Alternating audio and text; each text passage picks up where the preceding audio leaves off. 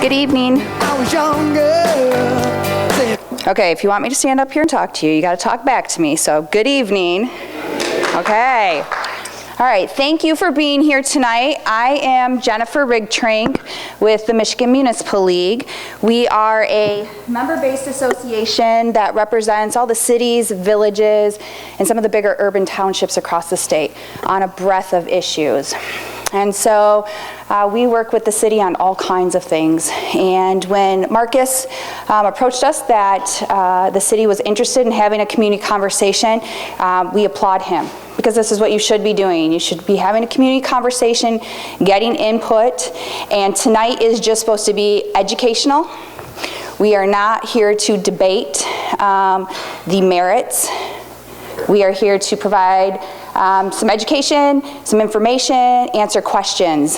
The League does not have a formal position on marijuana. We are working with our members to help provide them information, resources, talk about what other communities are doing across the state, and so that's what we are here. We're not a pro or con. I should mention I am not an attorney. Anything I say is not supposed to be perceived as legal advice either. So, we are going to get started.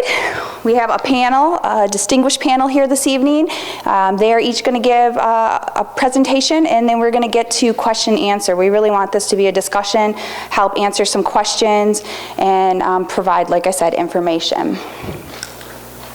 I'm going to give a brief overview of Michigan medical marijuana, and then kind of just touch upon some options and challenges for municipalities.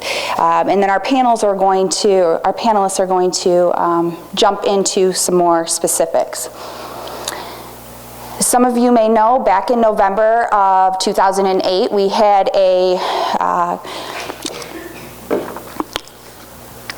the other thing I'm going to touch upon, because I saw a comment on social media, why do we use marijuana with an H?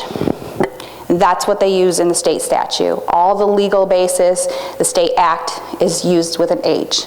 So don't get caught up in the H versus J, they mean the exact same thing. But when it comes to legal terminology with the state of Michigan and the laws that we have to follow, they use the H. So we use the H in a lot of the information that's provided. But back in 2008, there was a voter initiative proposal on the ballot that legalized medical marijuana. It set up the patient-caregiver framework that some of you may be familiar with. Like all new things, as it was starting to be implemented, there were challenges, but because this was a voter initiative law, it takes a supermajority of the legislature to make any changes, which, if you follow things that go on in Lansing or federally, it's very difficult to get a supermajority on anything. So making changes, regardless of what they were, was virtually impossible. It took us until 2016 to then come up with the Commercial Facilities Act, because in 2008, the Medical Marijuana Act was silent on the commercial sales of medical marijuana dispensaries. None of that is ever mentioned or referred to within the 2008 Act. There were also, during the time between 2008 and 2016, there were lots of court cases. So that's where the legislature in 2016, September, passed 3 different acts. PA 281, which is the Facilities Licensing Act, PA 282, which is a tracking act, so it's pretty much setting up and tracking from seed to sale marijuana transactions, and then PA 283 that dealt with medibles and butane extraction.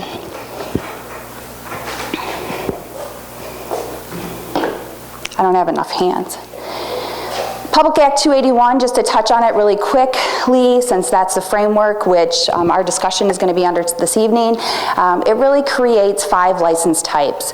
These are the 5 license types. There are 3 different classes of growers. Class A is 500 plants, Class B is 1,000, and Class C is 1,500 plants. It lays out the state licensing process of how someone goes about getting a commercial facilities license, and then it also lays out what local municipalities, their authority and what they can do in regulating medical marijuana. It does not change anything with the 2008 Medical Marijuana Act, the patient caregiver model. So local regulations, what are locals to consider? And you're going to hear, again, from the panelists on some of these challenges and things to consider. But locals can opt in order to have medical marijuana facilities in your community. Your governing body has to pass an authorizing ordinance that specifically states which kind of licenses of those 5 you are going to allow. So you're able to pick and choose the city license types and or limit the number of a particular type of license types. And I'll tell you, in the communities across the state, there's no model for that. Some communities allow all but provisioning centers, some allow all license types, some allow just the processing, some allow just the secure transporter or a safety compliance facility. So that's, again, a local decision on what makes most sense if a community does choose to opt in. Communities, there's a lot out there that are just doing nothing, which is essentially opting out. Communities do not have to opt out. That is not a requirement. You do have to opt in to allow again, but opting out or doing nothing is essentially opting out. We do have some communities across the state that have proactively passed resolutions or ordinances stating they're opting out, more so for that it's informally written out there. And so when folks are looking at communities of where they might want to locate or try to get a license for, if somebody has opted out, they know not to knock on their door. And then a lot of communities are waiting and seeing, especially with the 2018 recreational proposal on the ballot. A lot of communities are kind of waiting and seeing, because regardless of what happens, things will change if that proposal passes. Again, cost and revenues, weighing what's the cost going to be to the community versus what will the revenues be coming in. And then again, there's still federal uncertainty. This is still a Schedule I drug at the federal level and considered illegal.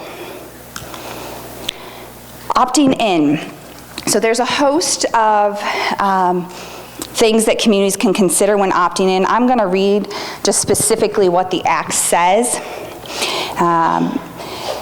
It says that the board, which is through LARA, the licensing, what's LARA stand for? Why am I forgetting? Yes. Thank you. And within that, they have the Bureau of Medical Marijuana Regulation, which we have affectionately called BUMMR. So state likes all their acronyms, but that was a bad one that people like to joke about. So within that is the licensing board that considers applications as they come in, but it says the board shall not issue a state operating license to an applicant unless the municipality in which the applicant's proposed marijuana facility will operate has adopted an ordinance authorizing one or more types of marijuana facilities within its boundaries and to limit the number of each type of marijuana facility.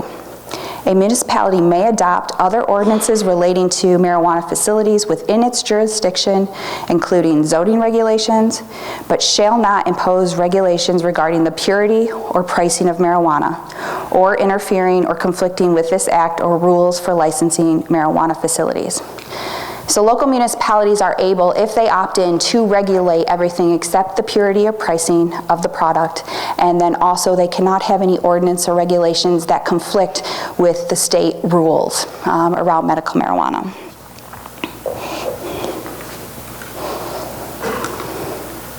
Costs versus revenues.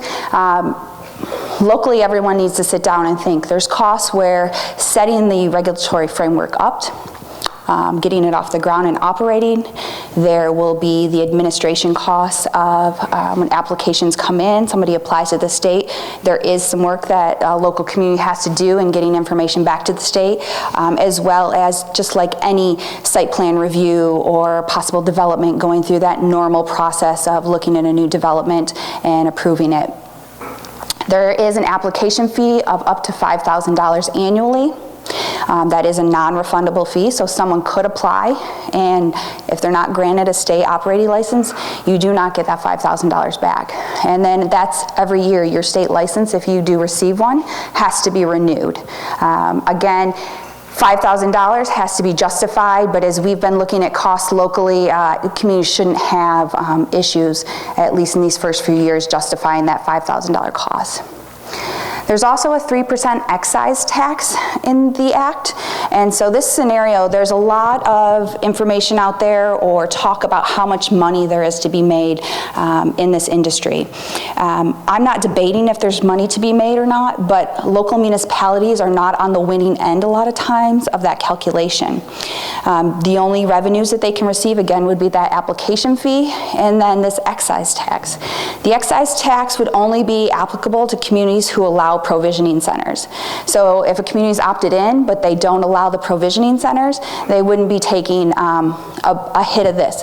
This little scenario up here, based on, say, a $1 billion gross retail sales across the state, if you apply that 3% tax on the provisioning centers, be 30 million. 25% of that goes to municipalities.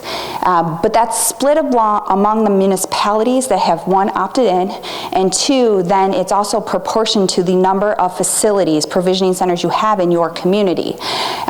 We assume, say just assuming that your community is going to get 1% of that, that equates to about $75,000. $75,000 is not going to even pay for one additional police officer. So when you start to put those things into perspective, this is not necessarily a revenue generator for communities. In fact, we've seen a lot of communities not opting in because they have run some calculations and feel that this is a cost driver for communities versus a revenue maker. But again, it's going to be different depending on the community. It's going to depend on if the license types you allow, and smaller communities, that 1% estimation is probably very high as well. Last but not least, I'm going to touch upon recreational marijuana very quickly. Just like I said, there's the 2018 ballot proposal.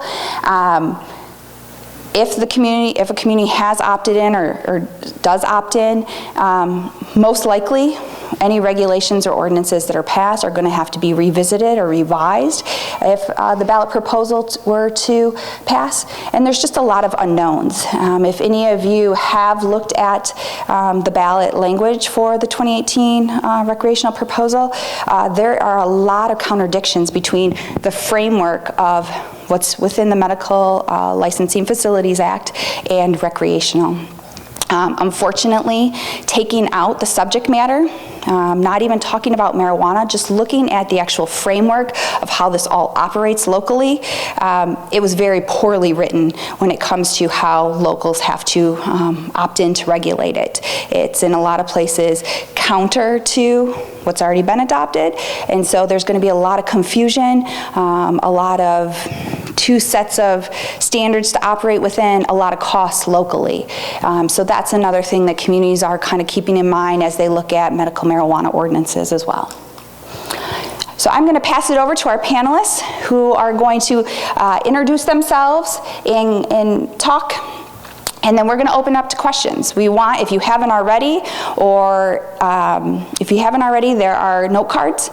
If you haven't turned in a question, maybe have some. If you think of a question as someone's talking, and we'll ask those questions, and if we have run out of questions, and we have time, we may open it up. But we want to be able to answer as many questions, debunk any myths out there, and really make this as beneficial as possible.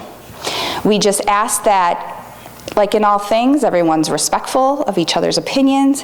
We're not here to debate each other. We're here to provide information and, again, answer questions. Are you going first? Okay. So our first speaker is Kelly Hikes from Weedmaps, and I'm going to let Kelly introduce herself because I don't have her bio right in front of me. Can you guys hear me? Is this okay? Okay. I'm really bad with microphones, so I want to make sure you can hear me. So my name is Kelly Hikes, and I am a senior associate with Weedmaps, and I do government relations for our organization. And Weedmaps is the oldest and largest technology company that services the cannabis industry. The way that most people interact with us is we have an app where people can find, it's location-based, and people can find legal cannabis or legal marijuana anywhere in the world where it's legal. They'll be able to find a provisioning center or a dispensary. They're also able to search by brands, so if there's a manufacturer or a specific product that you're looking for, you'd be able to find that on our app. And we also do advertising for physicians that write medical recommendations. So if you're looking for a physician to work in partnership with your family doctor to make a recommendation for your ailment, that's something that you can find on our app. And we sell software solutions and compliance materials to businesses that work in the cannabis space. That said, I work for our group called WM Policy, and what we're charged with doing is doing comparative analysis across the world in jurisdictions that have legal cannabis. And we help develop sound public policy. We help local governments figure out what has worked in other jurisdictions, what might work for them, how they can be compliant with state law, how they can avoid running afoul from federal law, and we try to be as upfront and as clear as possible. Our company makes money, the technology side of the company makes money when the illegal market diminishes and the legal market is able to thrive. Drug dealers don't advertise with us. That's how we make our money, right? So I like to lay that out right at the very beginning because everyone wants to know, why are you guys interested in public policy? Our company does well in the long term if there's good public policy. Yeah, and I don't want to say anything disparaging about any of the license holders, but when they come and lobby a local government, their job is to be interested in getting their license and setting up laws and rules that will be the most productive for their business. And our job is to make sure that the public policy is sound across the board so that as many people can be successful in the industry as possible so that they'll buy our advertising. Okay, so that's my disclaimer.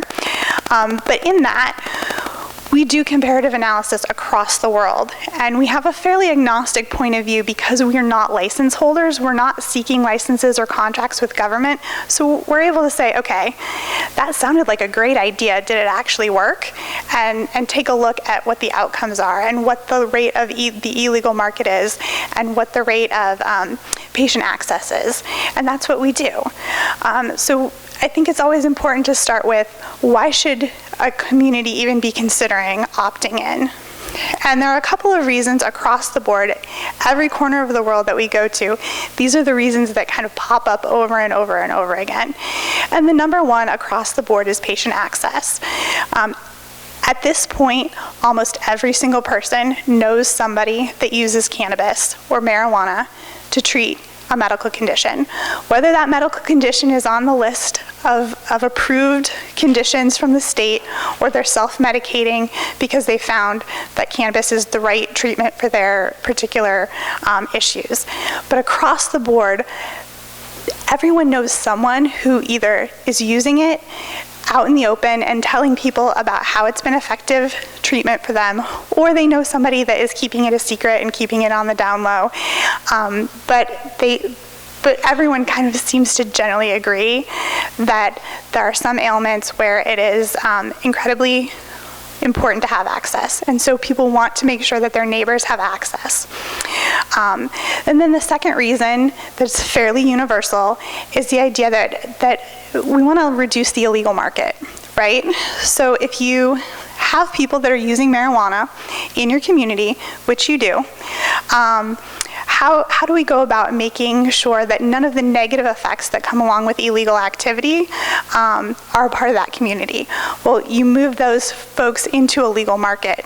You get the product tested. You make sure that it's safe for consumption. You reduce access for children because, again, drug dealers are not checking identification, but provisioning center operators are. the other part of it is that when you move people into the legal space, you're actually reducing crime overall. The amount of regulations that are put into place at the state level for a provisioning center or for anybody in the cannabis industry are incredibly high. There are security cameras, there's safes, the level of security is extremely high. And so the property values in those areas actually go up. Crime in that area actually goes down. And what we've seen is actually the opposite. When dispensaries or provisioning centers are operating and they close down, we see a spike in crime because the eyes on the street are diminished. There's good foot traffic, it's positive foot traffic that are available in areas where there are cannabis businesses. So those are kind of like the overreaching ideas. Is why you want to reduce the illegal market. It's about health, it's about safety, and it's about reducing crime.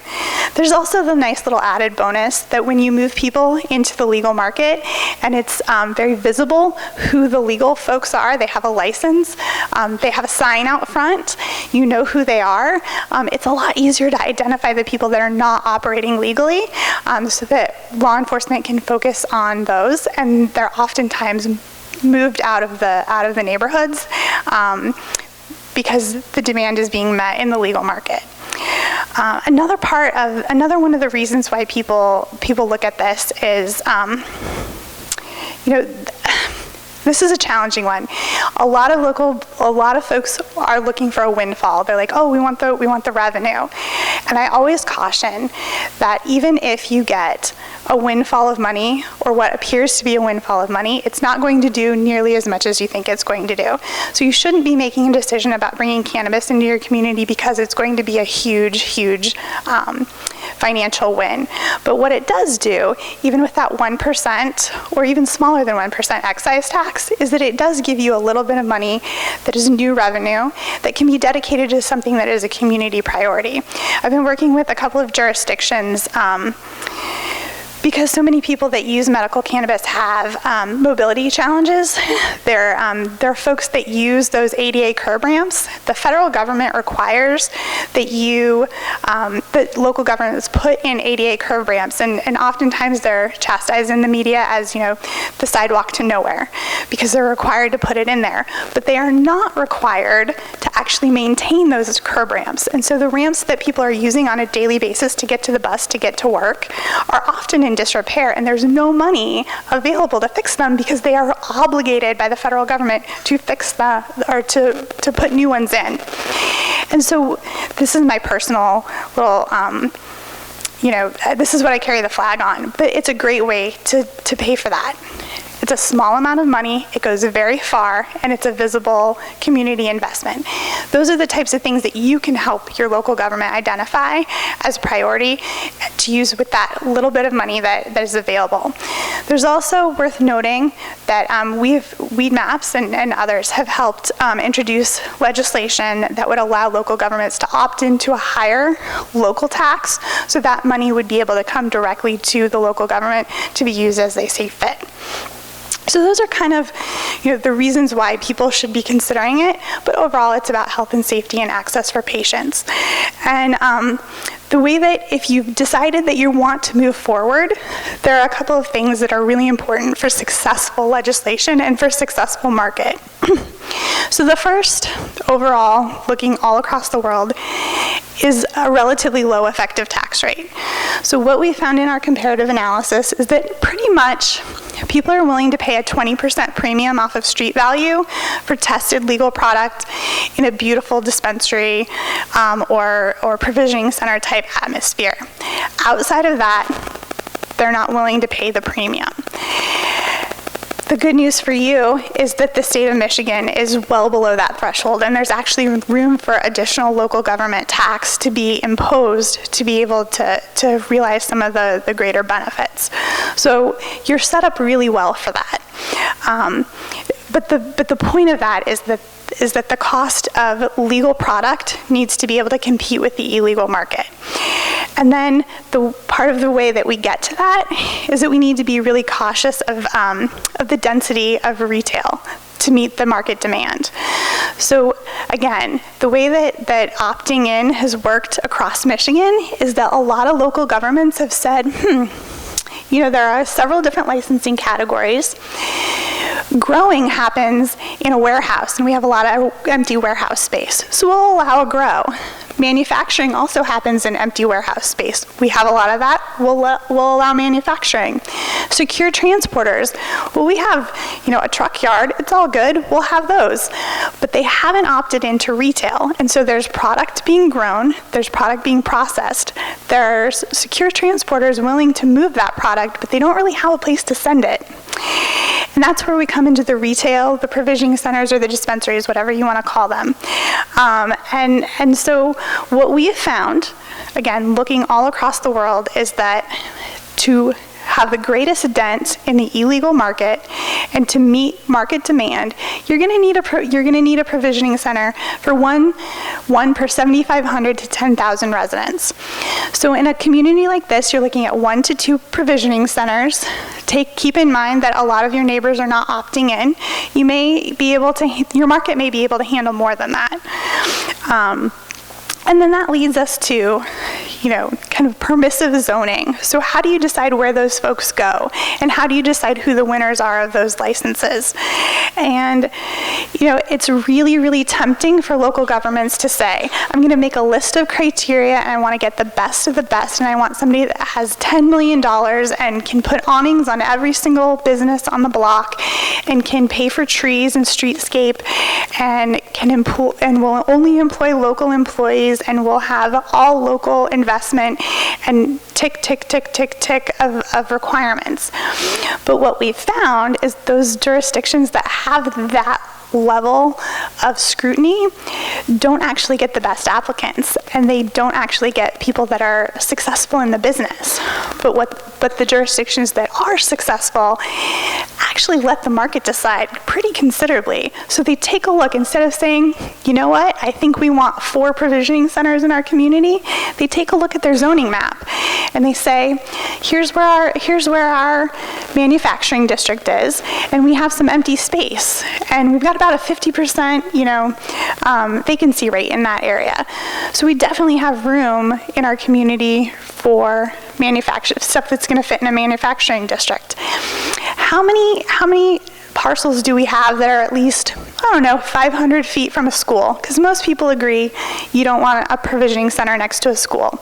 Some of the other things that people consider sensitive use are, they really restrict where people can do business. So I like to keep it just to K through 12 schools. It's the easiest to define, and it's the easiest to ensure safe and accurate, consistent enforcement of.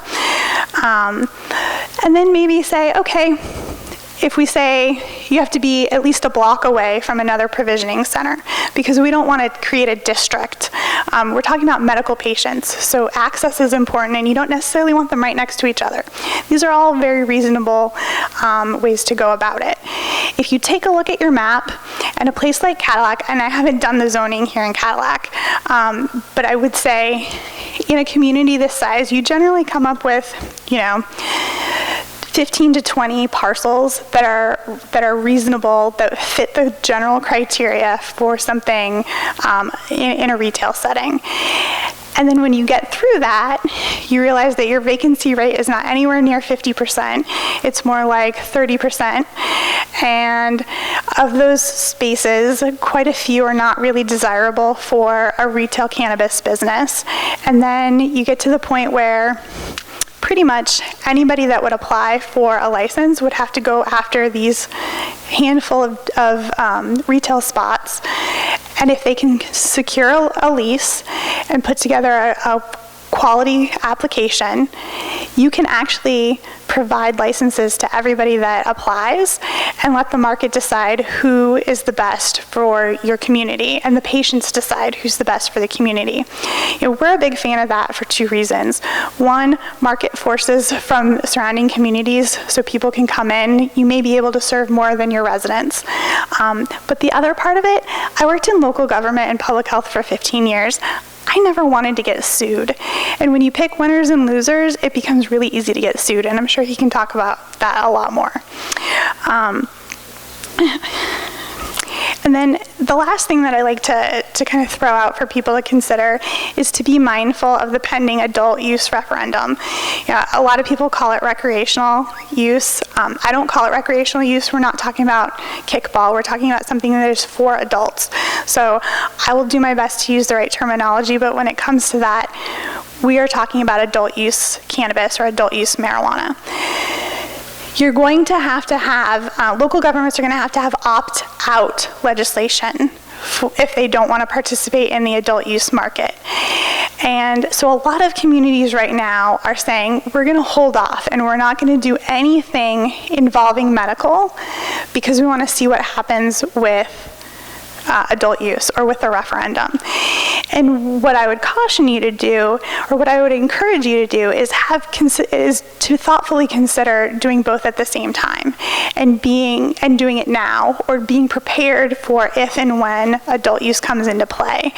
And what we do is we actually help local governments set up that legislation so that it's talking about cannabis in a broad term, and then if and when adult use comes into play, you can seamlessly move in. And if sentiment has changed and you want to pull back and opt out of adult use, it's very simple to do an opt out of adult use. But if you write it in a way that is inclusive, then you're good to go, and you don't have to deal with some of the stringent timelines that are put into the referendum and accidentally get put in a corner where everyone that applies for an adult use license will get it if they're qualified at the state level, because you don't have those regulations in place.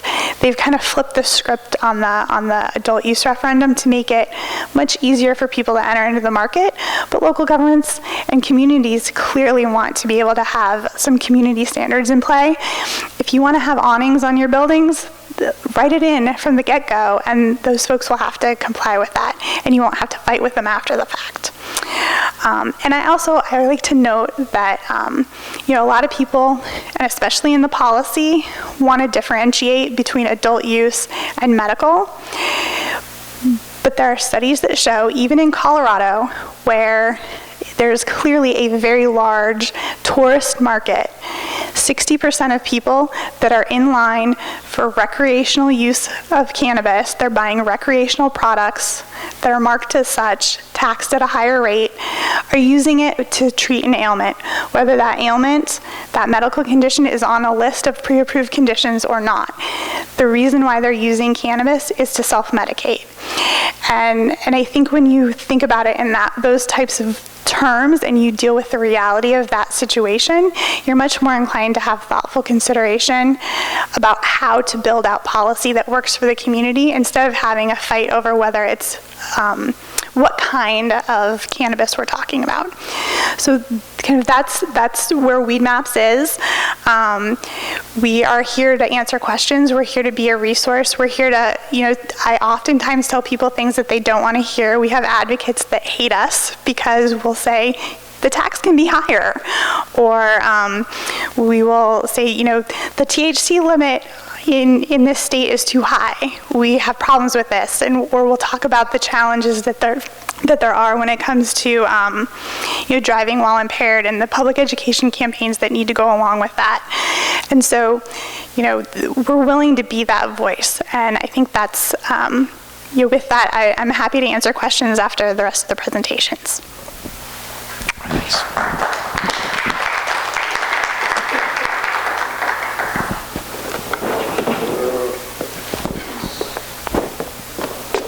Which button do I push?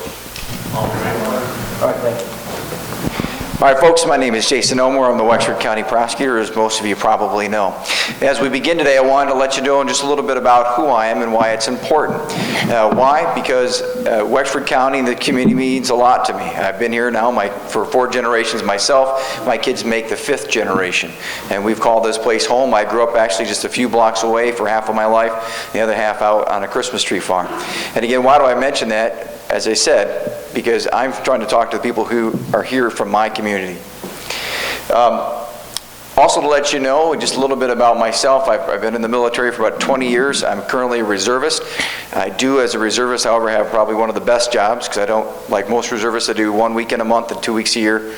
I only ever have to go away for 2 weeks. Is my 1 month. I do all my work wherever I'm at, which is normally at home. Other than that, I also want to let you know that I volunteered and participated last fall at the licensing board down in Lansing for Laura, helping make recommendations regarding dispensaries. And I'll tell you, I really enjoyed that meeting, because at the meeting I got to meet a variety of other people and told me about their situations, their conditions and ailments, and how marijuana has provided them some assistance. So what I'm going to set out here now for you is a little bit of the agenda. You will not find me trying to debate whether or not medical marijuana has, or marijuana has any medical purpose. Why? Because it's already been decided, and plus I think it's just this past week, or actually just this week, the FDA approved at least one CBD drug for epilepsy. So we know that there's been some proof that there is a medical purpose. So nothing I'm going to say is going to attack that medical purpose or determining that it provides some relief. But I do raise several concerns, and here's why. These concerns are about the Medical Marijuana Act, and I'm going to, as I raise several of them to you, I'm going to show you why, at least how I believe, the Medical Marijuana Act is quite flawed and set up to create the problems. I'll talk to you a little bit later about how, if you recall, when the Medical Marijuana Act first passed, everybody ran out to try to do dispensaries. Everybody kept getting it mixed up. Everybody kept getting in trouble. And the problem is they put the cart way too far before the horse.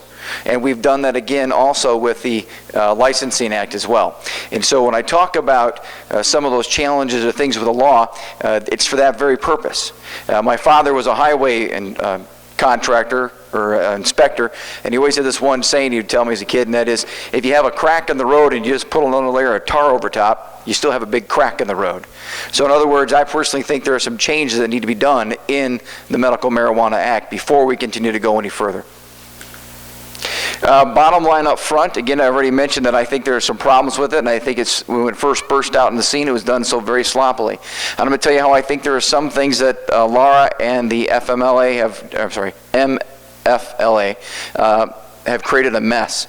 And as we're going forward, we have not created a system that's going to help people follow the law. In fact, that's why people keep getting in trouble with the law, because it's so poorly written. My biggest point here will be this last line, and that is, just follow the law.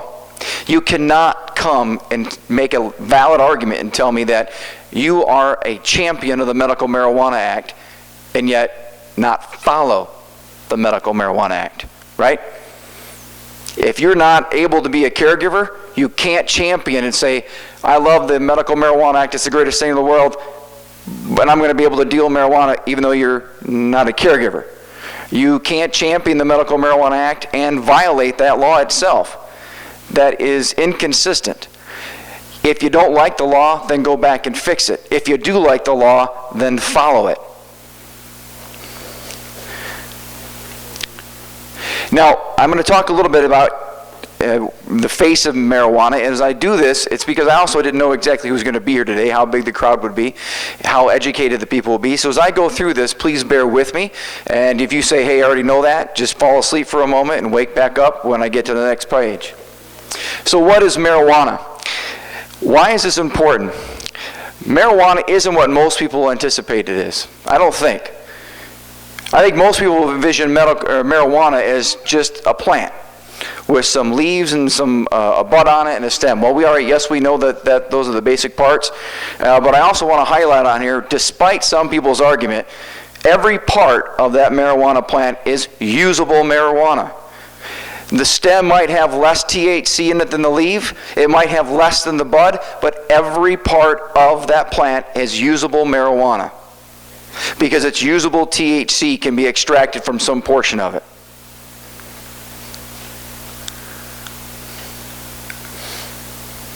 So how was it used? So most people, I think, probably anticipate smoking. I'm going to say most of the people who are probably out walking on the street probably just envision marijuana based upon having watched television and movies. But of course, we know that marijuana is much more. It's infused oils, infused food products. They put it in, you can put tinctures into beverages. You can put it into gummy bears and food products, like I said. It is much more than just a plant that people smoke. And also today's marijuana is much more potent than it used to be. And the next thing here is when I talk about these I talk right here this word trick and I say concentrates, I'm going to show you what the biggest problem is, I believe, in the Medical Marijuana Act. So first of all, we know that the Marijuana Act does not create, it does not make it legal. What it does is it creates two affirmative defenses. Marijuana is still illegal, but what it does is it creates two affirmative defenses. An affirmative defense is, say, if I punch somebody and I have a lawful right to do so because I'm in defense of myself or my home or my family, that's an affirmative defense. Yes, I punched the person, but I have a lawful defense. Medical Marijuana Act is exactly the same thing. You have two defenses. The first is the card. If you qualify for the card, you can have 2.5 usable ounces and up to 12 plants. If you don't have a card, but you have a legitimate medical purpose, you can have an amount a reasonable amount to meet your immediate need. It comes in obviously different forms. You have the marijuana plant, but also we now, with the new changes in the law, people can have up to 16 ounces in solid form, 7 grams in gaseous form, and 36 fluid ounces. And I'm going to show you why this is where the deception comes in. The deception comes in because we've created a Medical Marijuana Act that treats it like a food product. We do not regulate it based upon what's actually in the product itself. How do we know that? Because if we judge it just merely on the volume, all we're doing is treating it like orange juice. If you concentrate it, you can still have more usable ounces. And what you're not doing is you're not regulating based upon the actual THC, the chemical that's in there that creates the euphoria feeling. And that's the problem. So if we look at this, compare this to a couple other things. If we go and buy a beer, we can look at it and know exactly how much alcohol is on that beer because it tells you on the can. If you buy a bottle of vodka, you know exactly how much alcohol is in that bottle of vodka. If you go get a prescription medication, a real medication, if it's treated like a medication and not a food product, it will tell you exactly how much of the active ingredient is inside that pill. And it will tell you exactly how much of it to use. But they do not do that on a marijuana plant. And when we regulate it based upon a plant, all we're doing, that's like trying to regulate alcohol based upon how many bottles people have. We shouldn't be caring about regulating the plant. We should be caring about regulating the THC because that's the thing that everybody's after. Not everybody, obviously also the medication portions like the CBD, the chemicals like that. But you can't tell that when you go and buy a medical marijuana product. We have regulated it like a food product and not like a medication or not like other things that contain alcohol or other drugs. And that creates a problem because it's right there in the beginning. That's our crack in the road. We've created a law that put a crack in the road because we are not treating it like medicine. So what has Laura done? This is very important. We do not have one single legally operating dispensary in the state of Michigan. We already have people who are violating the law by operating dispensaries.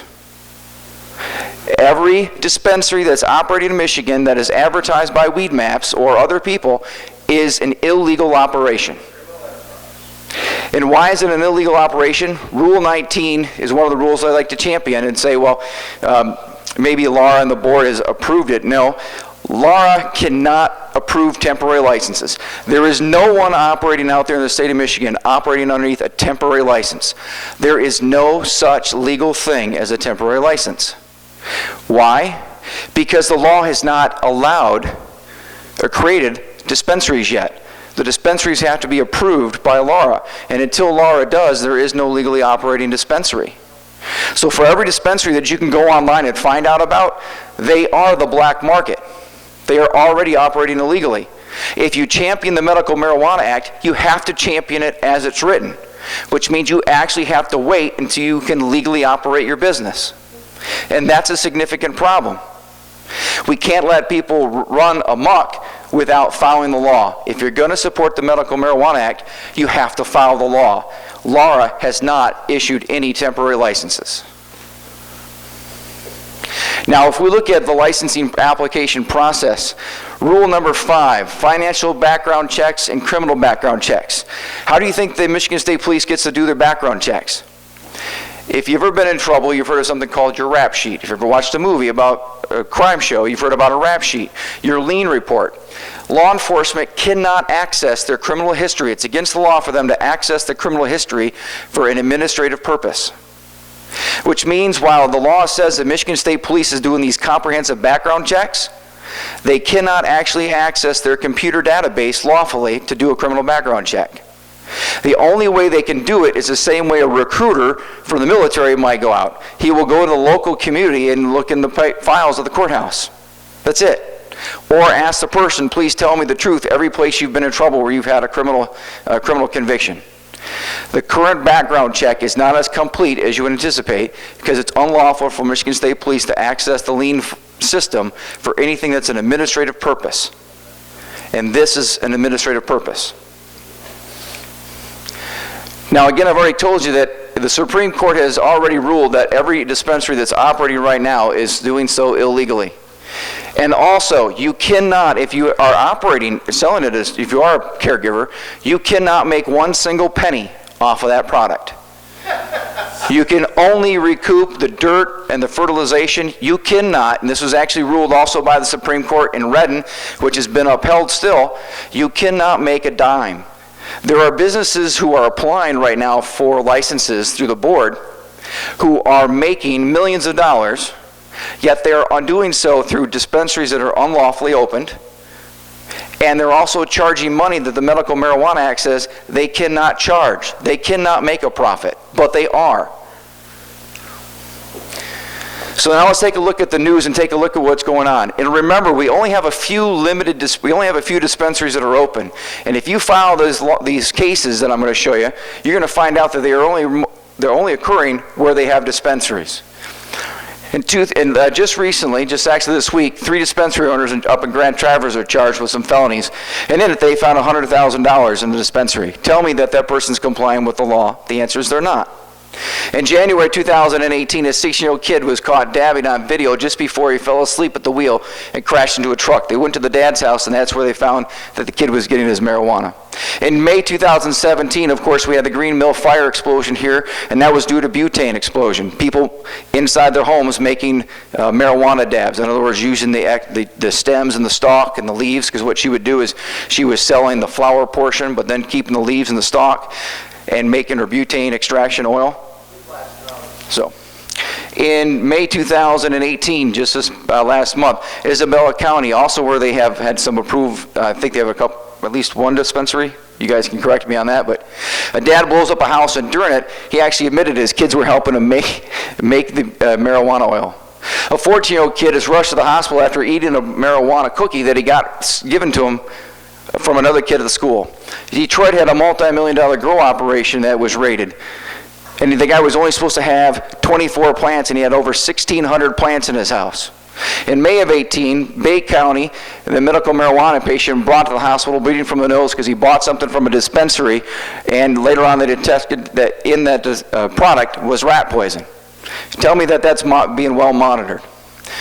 In June 26 this week, 2 kids in Tennessee were arrested over a double homicide of 2 18-year-old boys from Barron County here in Michigan who went down to take their marijuana that they were getting up here to go sell it down in other states. So tell me that's not contributing to a black market. September 2017, Barron County, a man charged with murder of his wife in their illegal grow operation. November 2017, Sanilac County, 2 people killed in a home invasion involving marijuana. November 2016, Ingham County, a robbery of a dispensary resulted in a murder. June 2017, 2 pounds of wax seized by Colorado residents who were traveling on 994 who bought their product here. So in other words, what you should see here is we have our product that's being made here and taken elsewhere.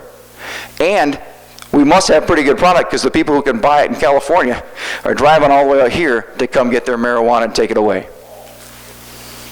In December 2017, 28-year-old man was shot and killed, and I cut this portion out, involved in a robbery. And just recently in 2018, just this month, we had another raid by FANG, that's like our version of Travis Narcotics team, and they go and they seize nearly 1,500 illegal plants with cash. And remember, they are not supposed to be making any money. You cannot tell me that we do not have a black market. If anybody tells me we do not have a black market and medical marijuana and passing these laws is going to eliminate it, that's not true. They are not doing the research. So, we've talked a little bit about that. LARA, I think, is somewhat failing us because I think they've been somewhat duped. We have passed a law that regulates it like a food product, not like an actual medication. And we do have a black market, and it is present and prevalent. So now let's take a look at marijuana here in Wexford County. We do about, in the last 18 months, we had about 2,200 files, 127 were marijuana cases. And I'm going to tell you, if you don't think that marijuana is related to other drugs, 50%, I know I'm going to get somewhat wrong, it is. So we have nearly half of our cases that involve marijuana also involve another controlled substance. Normally involves methamphetamine and heroin. So it's not like people are just smoking marijuana and all of a sudden they're walking away from heroin and walking away from methamphetamine. Half of our cases involve both. So what does it tell us about our law? It tells us that people are still violating the law. It tells us that also there is a connection to its use in other drugs in our community. Now let's take a look at some of these numbers. If you would want to understand if this really is a non-for-profit, legally operating, caring for caregivers, it's not. Take a look. These are the numbers that come from LARA. They have 269,000 patients, 43,000 caregivers. Now those caregivers could supply up to 259,000 patients. Now from there, it's the next three paragraphs that gets the most interesting. If you take the number of plants and the product that they're making, they are making more marijuana than any patient actually needs.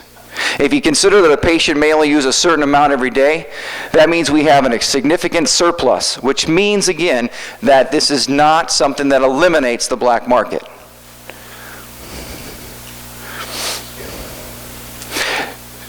So this is the further, taking that conversation further to show you, if you remembered exactly how many plants and how many pounds they could make, and you look at how much is actually used, and this further demonstrates the surplus that we have. So now, we are not the first state. Most of us have heard about Colorado. Take a look at their numbers. And their numbers, they've seen a 10.8% increase in crime. They've seen over a 300% increase in traffic deaths involving marijuana. And excuse me, I'm not. You also have a doubling of children using and exposing marijuana. They have and so if you think that it's going to decrease the opioid epidemic, in Colorado, they had an 833 increase of opioid overdoses. Do we know if that's actually correlated or connected? We don't know, but there is somewhat of a correlation. So can we afford this? Can we increase? Are we going to see, the more we see this come into our community, we are going to see an increase of hospitalizations, and potentially crime, and other things that come along with it. Again, I take you back to my very first comment. I am not challenging at all that the marijuana product, the elements within marijuana, can provide some medical benefit. That has already been decided and has already been approved by the FDA. However, the problem is with the Medical Marijuana Act, as it's written, it is so full of holes and so full of inconsistencies that it invites the problem. And if we want to proceed forward, if you really want to champion the Medical Marijuana Act, you need to, I would recommend, those need to be fixed first.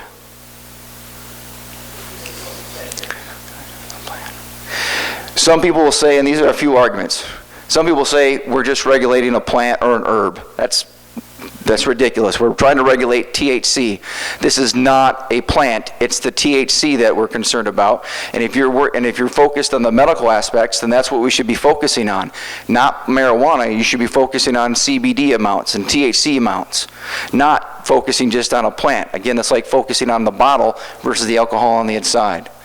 I know we talked about Weedmaps, and there's some suggestion, I saw this one. I've never even met or heard of Weedmaps until I met Katie a little while ago. I never heard of it until about 3 days ago. Law has created a bit of a mess that they have not yet fixed. So we look at some problems here. We already have cartels that are moving into Michigan. We already have them setting up businesses. We also have people who are running illegal operations. And if they're already breaking the law now, if we invite them into our community, what does it tell us to lead us to believe that they're going to continue to follow the law? Or, sorry, that they might actually start to follow the law. So I thank you for your time.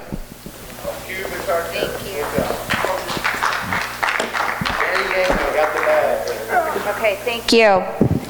So we are to the portion, do you have anything you want to add? Just a second. We are going to do some of the questions. Again, I don't work for the city. I am here to help facilitate this, and so we need respect.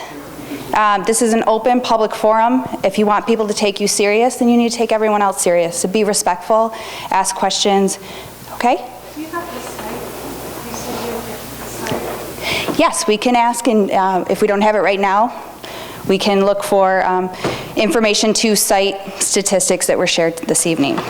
Yes. Does anybody have any more cards before I get started? I can go. Okay. I'll just wait till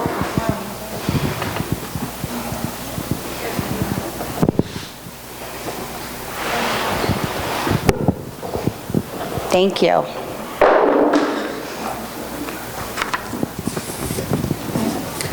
Okay. So the first question is, what will happen to current medical card holders? How will this affect their medical access? I am interpreting that this question is asking if the city were to opt in to medical marijuana, will that affect their card access? Will that change anything? I don't believe it does. Sorry, I figured we're loud enough here. It does not affect their access to their card. Now, when you use the word access, sometimes I think, I don't know. Yeah, I'm just reading what was written. Yep. I didn't know if that meant that it'd impact their access to the medication. The answer, I think, to both questions would be no. Yeah. So when the Licensing Facilities Act was adopted, it does not change anything with the 2008 Medical Marijuana Act, the patient caregiver model. Same thing if recreational proposal is adopted in November. That doesn't change anything with the 2008 MMA. So I'm gonna kind of come at it from a little bit different angle. Again, when we look at jurisdictions that have retail sales, we're able to see that people move from the illegal market to the legal market. They make their purchases close to home. So in places where it's easy for medical patients to access, at a provisioning center, they actually go to that provisioning center. Given certain circumstances, obviously, that the price competes with the illegal market within that about 20-25% range. So if you were to opt in, you would see patients being able to access medication closer to home, meaning that they are significantly more likely to buy legal tested product and not have to rely on the product that has been diverted to the illegal market or that is blatantly being grown in the illegal market. How would a medical marijuana ordinance be impacted by legalization of marijuana if it passes in November? Would the city have to pass a separate ordinance for recreational? So there's a couple of different ways that that local government can handle this question. If Cadillac wanted to move forward and do legislation that was encompassing of both, then they can define their terms in a way that makes you done with one fell swoop. If the city is more interested in regulating just medical marijuana at this point, then you define your terms in a way that limits it to medical, and then they would have to follow the law that is brought forth with the referendum. And the way that the referendum is set up is that unless a jurisdiction opts out, then recreational marijuana can come into play in that community. And so, again, what I was talking about earlier was being thoughtful and looking at comprehensive legislation so that the zoning can be overlaid for both types, or if you expressly want to prohibit one or the other type in your jurisdiction, that you do that. you do that in one fell swoop, because quite frankly, it's just a little bit more efficient.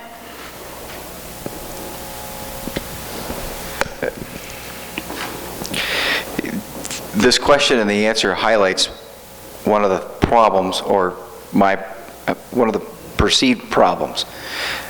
That is the patchwork of what is or isn't, or where it's permitted from townships, municipalities, I think creates a confusion to the voter, or to the actual constituent, the person who's out there.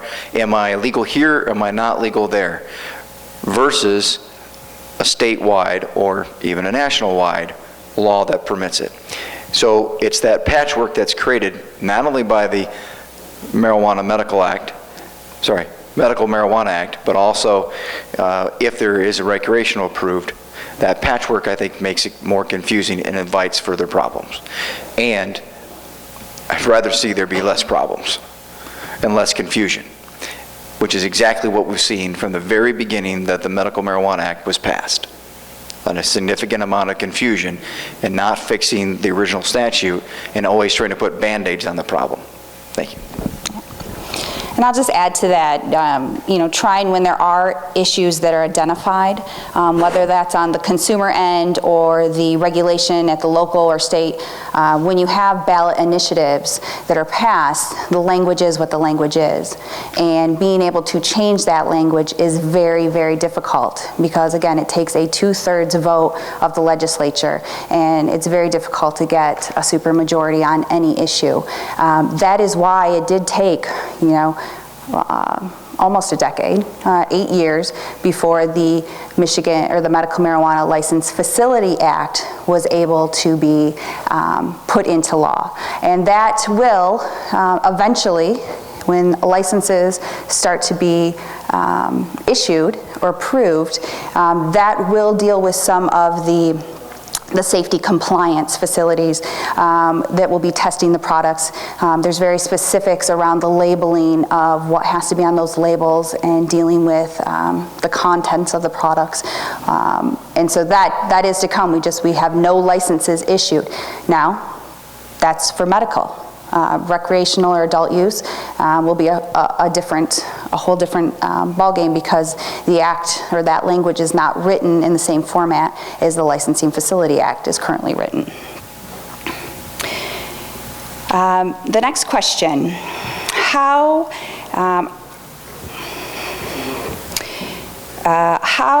would the city opting into medical marijuana and or the Licensing Facilities Act ensure safe access to patients for their medication? And I may change your question a little bit just because if it's asking very specific, so that our presenters are able to answer it. So I think there's a couple of different ways to go about this, but generally speaking, if you have tested regulated product in your community, which is what will happen when you have licensed facilities that go through a rigorous state testing process through licensed testing safety compliance facilities, then you have the level of assurance that the product that you have is not tainted.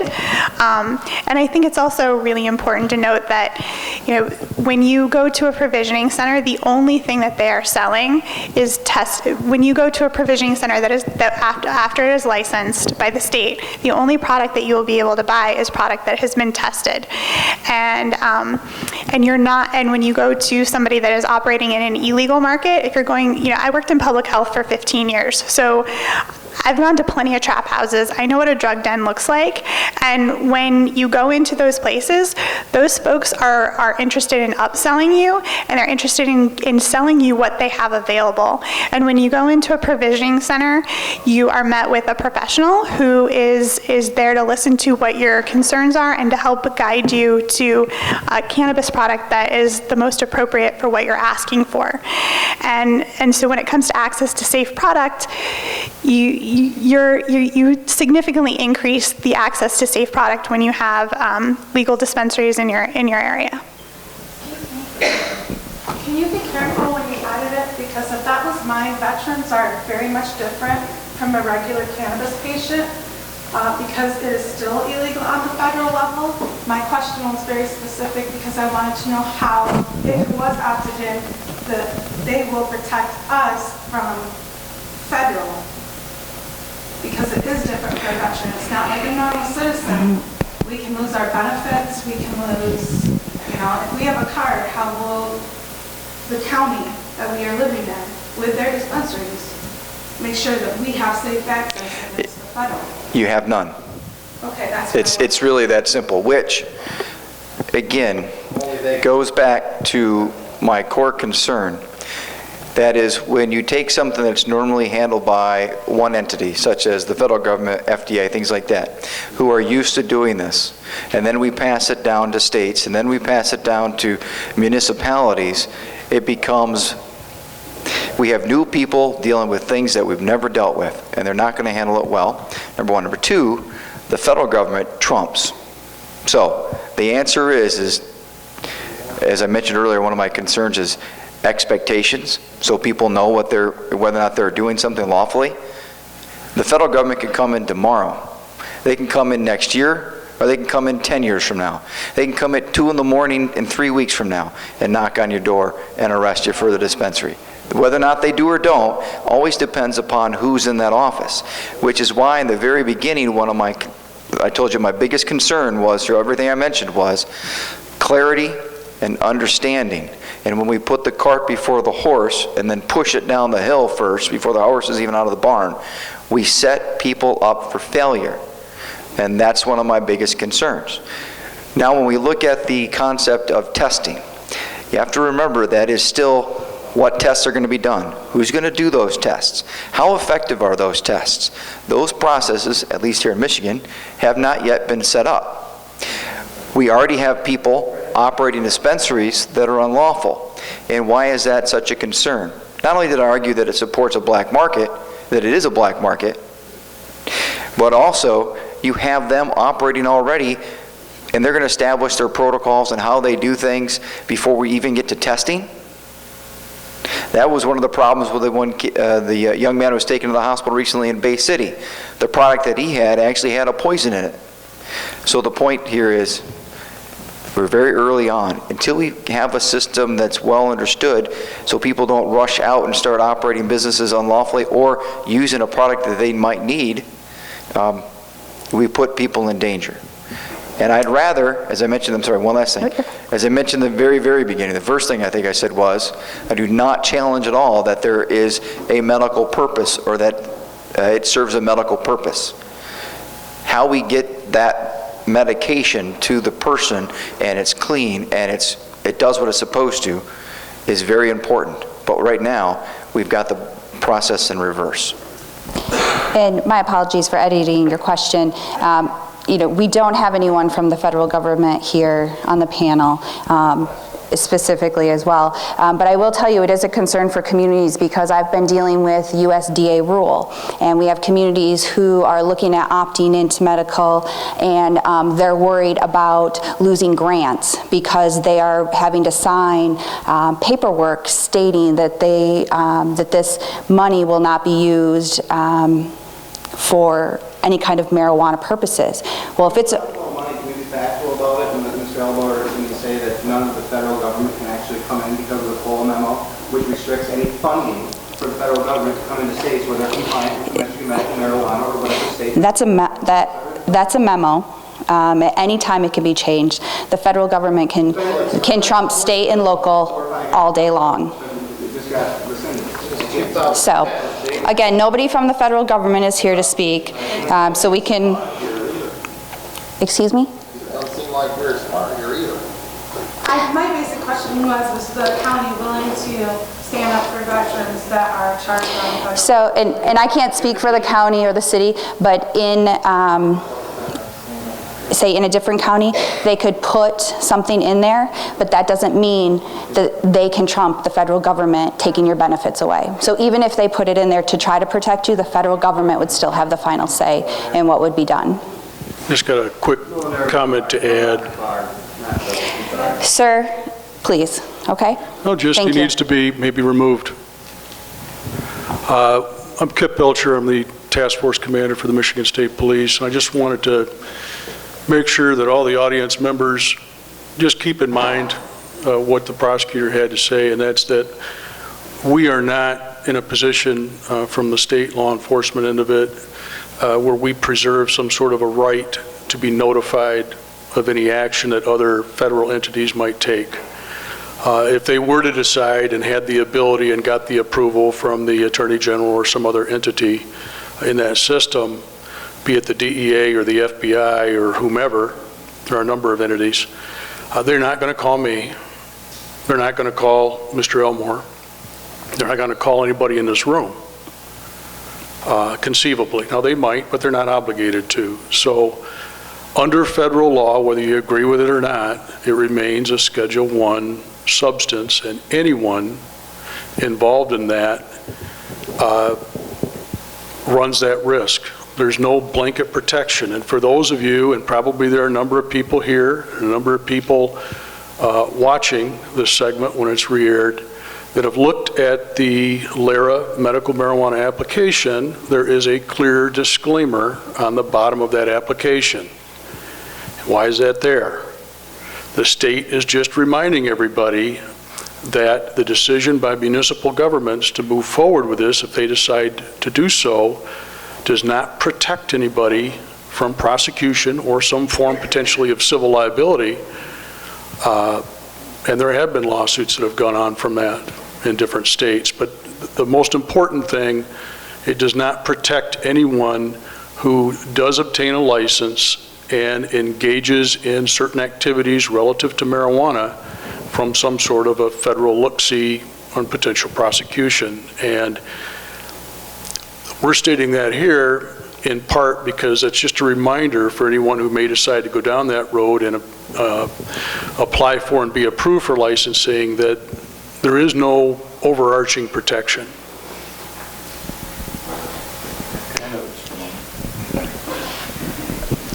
Ma'am, there's some way that you asked a question that made me think of a further comment.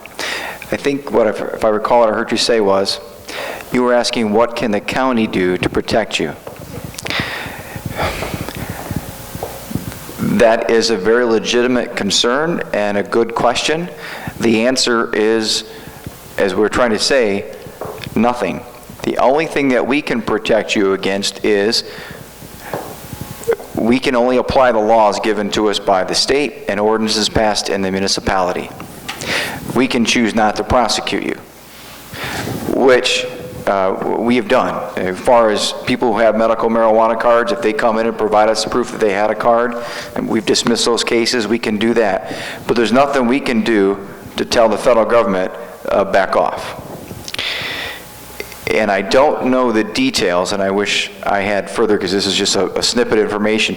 Recently there was a Border Patrol action, I think, in Detroit, and I don't know enough about it, but that I can only say is an example of the federal government, Border Patrol, taking an action, even in a state that has the Medical Marijuana Act. Thank you.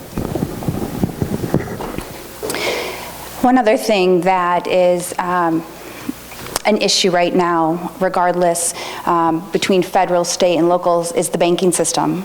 And I don't know, and that's not just an issue for Michigan, that's across the United States. And Kelly, I don't know if you could speak at all to financial institutions and the concerns presented there because of the federal not recognizing and what that does when it comes to banking. Yeah, so I think first of all, there's a lot of misconceptions when it comes to financial institutions' ability to participate with the cannabis industry. There's kind of this blanket idea that it's all hands off. If the FDIC insures your money, then a cannabis business cannot participate with that institution. And that's simply not true. An FDIC insured bank can participate with folks in the cannabis industry. Those folks can be banked, but it is an extreme administrative burden for the bank, and so they generally don't participate.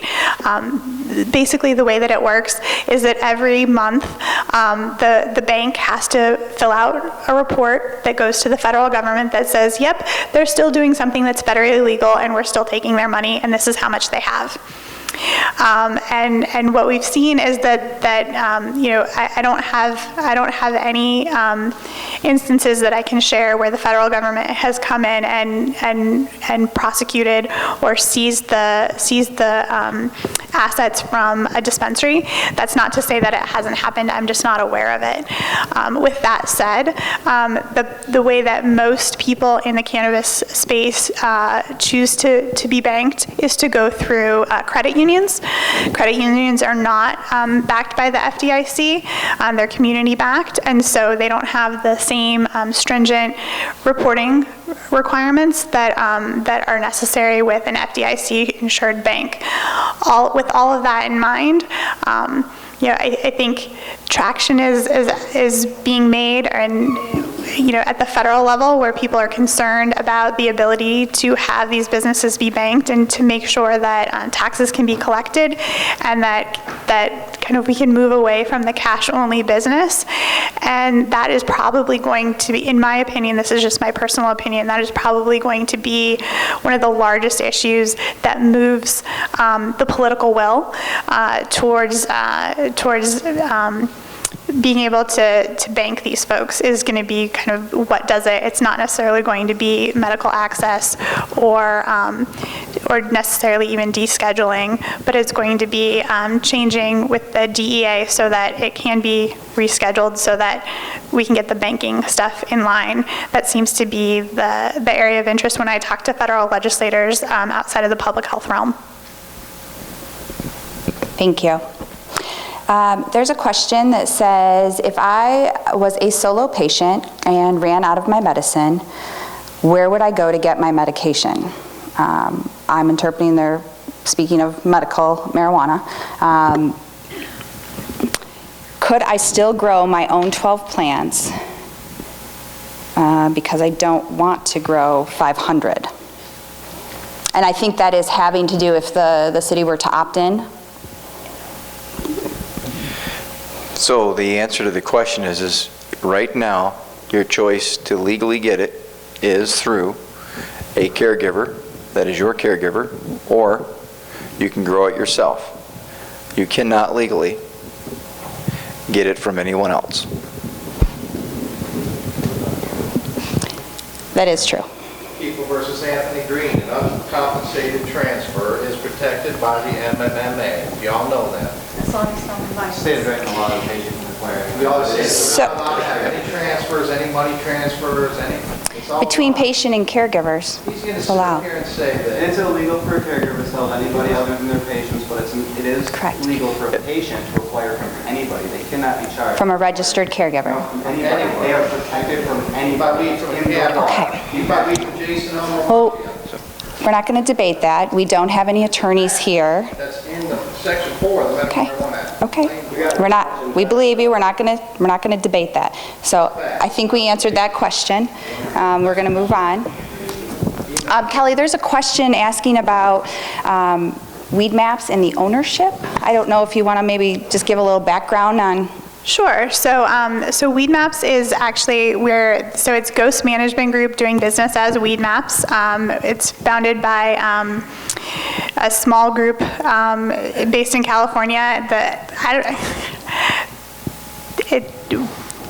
We were a publicly traded company, and the leadership of that company bought back the business, and so we're privately held.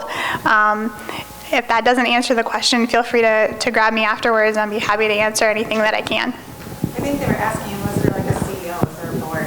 Oh, yeah, so our CEO, this is gonna make me look really dumb, Doug Francis. I was like, what is his last name? Doug. And we have a president and general counsel. We have, it's just run like any other company, yeah. Do you have a website where people could look up more information? We surprisingly, as a technology company, we do have a website. It's www.weedmaps.com, and I would encourage everybody to check out our page, which is wmpolicy.com. That's where you can get the facts and the white papers and the background information on responsible policy development. There's always been a rumor that George Soros was, a shareholder owner of Weedmaps. I have no idea.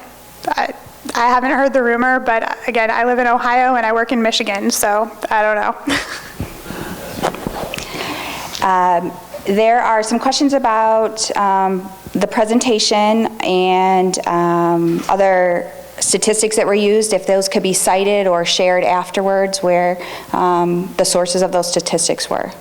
Is that something? The only statistics for which there is not a public access source are the ones regarding the convictions in Wexford County. The reason is because Wexford County does not have a database that allows them to be pulled up.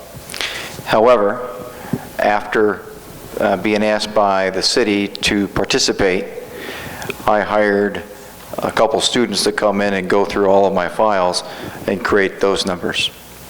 The rest of the information that I cited, any of the news segments that I cited all came from articles that I just doing Google searches looking for every case that mentioned medical marijuana dispensaries and anything over the last 2 years. So those all just came from like MLive and things like that, or Detroit Free Press. The other statistics, however, I mentioned came from the 2017 impact from the Rocky Mountain HIDA report. Those all came straight from that information. And I'm assuming you probably know what the high trafficking organizations are. So you can access all of those reports from the various HIDAs on the National Marijuana Initiative.org, which compiles them all and puts them all in one place. So for instance, you can look at Washington State, and which is the, I forget what they call their HIDA, but anyways, one's Rocky Mountain, and I forgot what Washington calls theirs, but anyways, that's where they all came from, man. And if anyone, sorry, I assumed it was you who asked me that. Yep, and then other, mml.org, we have a medical marijuana resource page that has a lot of different reports from across the country that I'm sure has statistics if you're interested in reading more on both sides. The statistic I was most interested in was the caregivers producing 600 pounds under the Caregiver Act. I was just curious to know how many of the most pounds Mr. Elmore's prosecuted here in the Caregiver in Wexford County. Like 3? I'm not permitted to prosecute somebody who is a caregiver who has the appropriate amount. We have not in the last 18 months prosecuted a caregiver because we have not, to my recollection, had a case where a caregiver was charged with having an excessive amount. So nobody's ever had 600 pounds a week to justify your... Nope, that's not true. That's how you take the statement. The statement that you actually asked had 2 questions in 2 parts. The first part, which is skipped over and got to the second one, was from where do those numbers come? Those came from Laura itself. Now, the second part of your question was focused only here in Wexford County, and then I already answered that question. So, the answer to your second question is, again, we have not had those here in Wexford County. Never had a caregiver with over 15 ounces in Wexford County, ever. So the next question is, one of the attendees tonight read an article that a dispensary in Morenci, Michigan already turned in over $10,000 in tax revenues to Treasury. If all are illegal, does that mean the state is involved in money laundering? There's no protection from the federal government whatsoever. This does not reference if that's state treasury or federal treasury, state treasury. And unless anyone is familiar with this particular, we would have to look into that. So I don't think anyone can answer that question. So we'll talk about next steps afterwards, but yes, there is more to come. This question deals with expecting patients to follow the law when there's no access to legal medication. Medical professionals in the area don't know where to get approval for a license. So the first is a little bit more of a statement about how can you, I believe as law enforcement, expect patients to follow the law if there's no access to legal medication. And then it states medical professionals in the area don't know where to get approved for a license. So I can talk about the license. Well, for the licensing process, you would want to look at Lara's website, and it will walk you through the application. There's actual a portal that someone has to go to fill out. It can be done in a 1 or 2 step process, and that's how somebody that would be seeking a commercial facilities license, you would have to apply through the state. I'm sorry, I'm talking about like just personal marijuana, like for a personal usage card as a medical patient. I mean, I personally use Weedmaps. I used to live in Southern California. I use Weedmaps all the time, and it's a very fantastic tool in helping people find the access and, you know, find the legal places in order to get that. As a patient in Northern Michigan, I'm speaking to my local medical professionals, and they can't help me. They have no idea where I can go to get my medical marijuana card. And you sit here and say, if you want to follow, if you want this to work, you need to start following the law. How can I follow the law if nobody can help me? You guys are supposed to be helping us patients, and we're not getting any help. There are a few points there, ma'am, if I may. Don Bailey's the help. The first thing was that how do you get access to applying for the card? And then you went to the next point, and I just want to break it up so I make sure I don't miss something about doctors. A lot of physicians, after learning or when they hear about, well, even if I don't help a person get a card, but a patient comes to me and says, hey, could I possibly benefit from this? And the doctor makes an offhanded comment, well, I guess. Then if that person gets arrested, but they don't have a card, and then they can use that second affirmative defense that says they can have the reasonable amount to meet their immediate need. That's why a lot of doctors tend to very much shy away from it, because they don't want to get involved, because they don't want it to be pulled into court every time one of those people who doesn't have a card gets in trouble.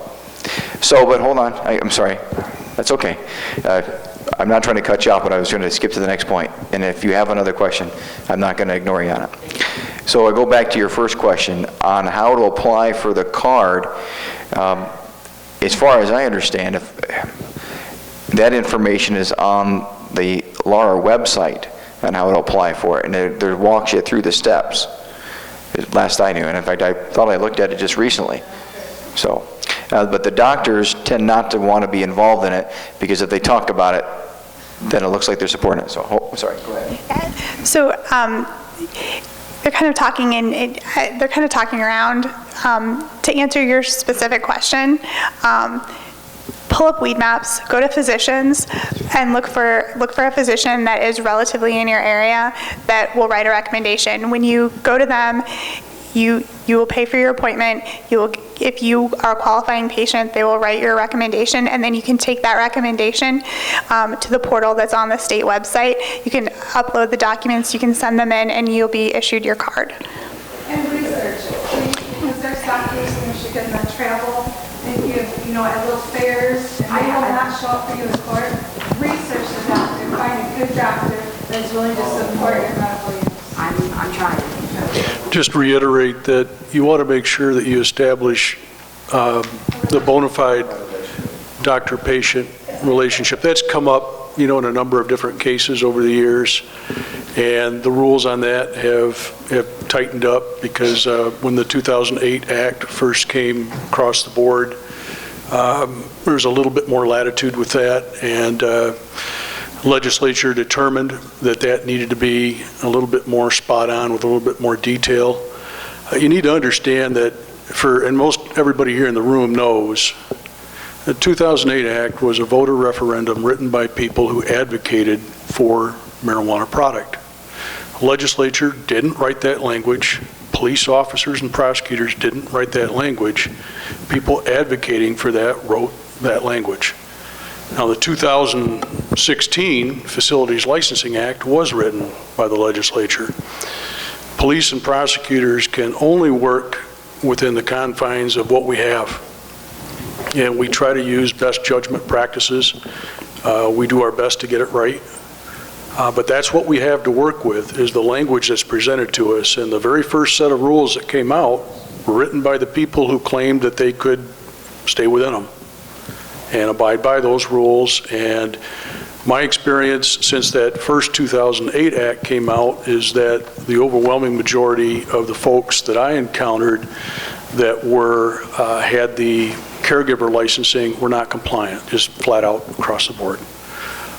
We'll see what happens with the 2016 Facilities Licensing Act, how many different entities, because as everybody or many people here probably know, there's a substantial number of qualifications to receive one of those licenses, economically primarily, but also to do with criminal history related issues and some other qualifiers too. But again, just keep in mind that we don't have a list.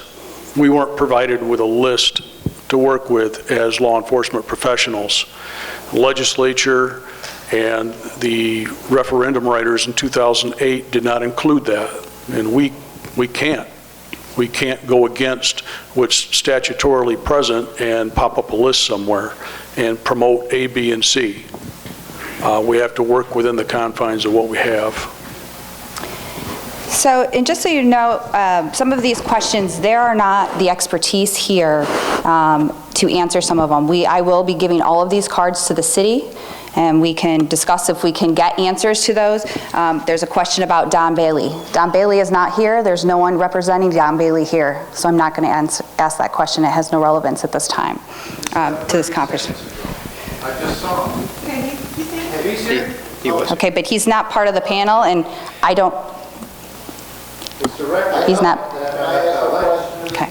If you'd like to write it down on a card and submit it, then I'd be happy to look at your question. If I may, just for a moment. Yes. Ma'am, I told you I'd come back to you and I wouldn't ignore you, so I just wanted to make sure if you. All right, thank you, ma'am. Here's another question that I don't believe anybody can answer, but I will ask it since I have it. But do any of you know how many patients have submitted a affirmative defense to a jury in Michigan? 3. The answer to that question is no, I do not know an exact number because I do not practice in 83 counties. I only practice in 1. When you assert an affirmative defense, it can be asserted either in front of a jury or prior to. I cannot prosecute a case when a person has the valid defense. What we have done in our office is we've had at least, and I can only remember 3 right now, that actually were able to demonstrate that they had the card, but when they were caught with the product, they didn't have the card on them. Even if they had the card, but didn't have it on them, we've dismissed them because obviously they had a valid purpose. We've had a couple cases where we have fairly new public defenders, and we've actually pointed out a couple cases to them. I said, well, listen, you tell me your defendant has a valid medical purpose. If you were able to get to me a letter from a doctor, and I call and confirm that from that doctor that they actually wrote the letter, of course, if you actually confirm that they have a valid medical purpose and they had the reasonable amount to meet their immediate need, we've actually dismissed 1 or 2 of those files as well. Okay. The next question is dealing with concern about roadside testing for marijuana, and also notes that there's no roadside testing for opioids, and wants to know why there's so much concern about roadside testing.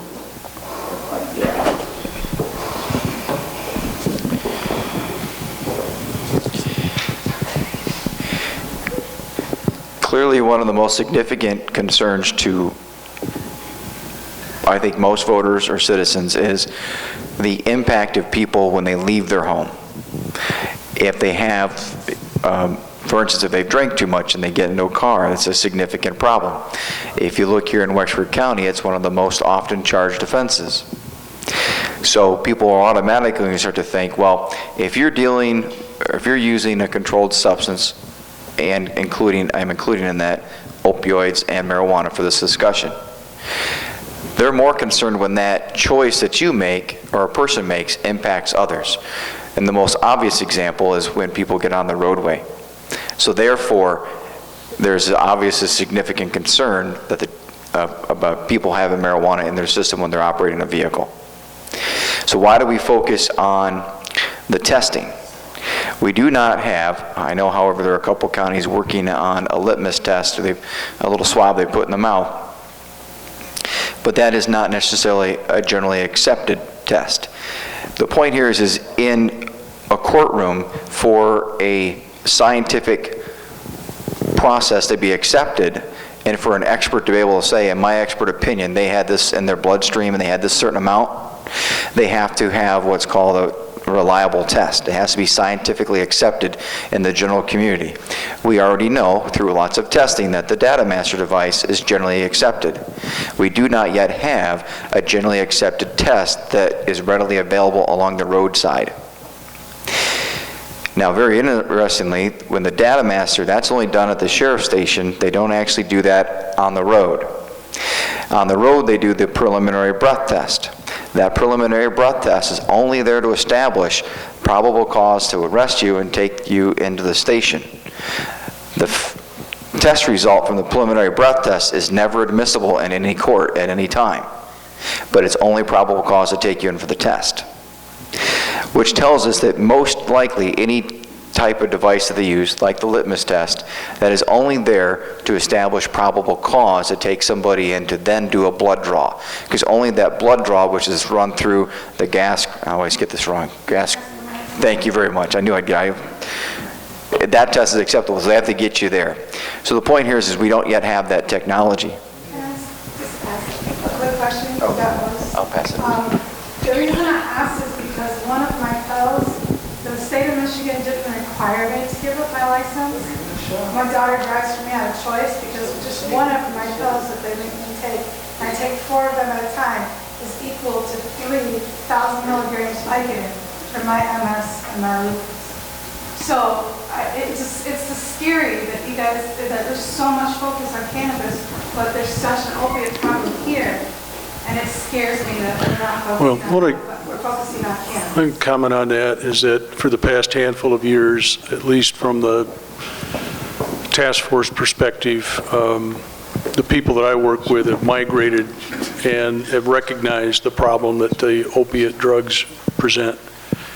And our focus is on that. And if you pay attention, and I'm sure a number of people do, to what's published either in the print press or the media, you'll see that the majority, the overwhelming majority of things that you read about or see a clip on TV have to do with some sort of a chemical drug arrest, whether it's cocaine or heroin, or particularly the most dangerous of all, heroin and fentanyl, or pure fentanyl or carfentanil. So that's where our focus is at. There is some additional new testing that is available out there, and actually the Cadillac City Police Department, I believe, still has somebody certified in this, and I believe the Post may as well, as drug recognition experts, DRE. It's very expensive training, and more often than not, it's out of state. But a few officers have been sent to that, and we're trying to get more to go to that because they're much more adept at recognizing some of the indicators of particularly chemical drug usage. So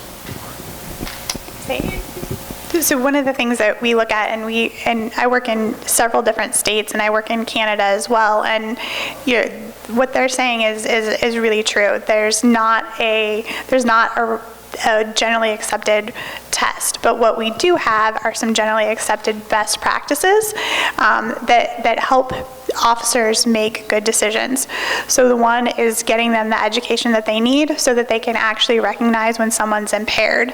And then if they recognize that someone's impaired when they're driving, they can pull them over and they can have that conversation. They can identify, more of those risk factors that indicate that they're impaired. They can do that roadside saliva test, and that saliva test gives you an indication of whether somebody has used cannabis within the last couple of hours.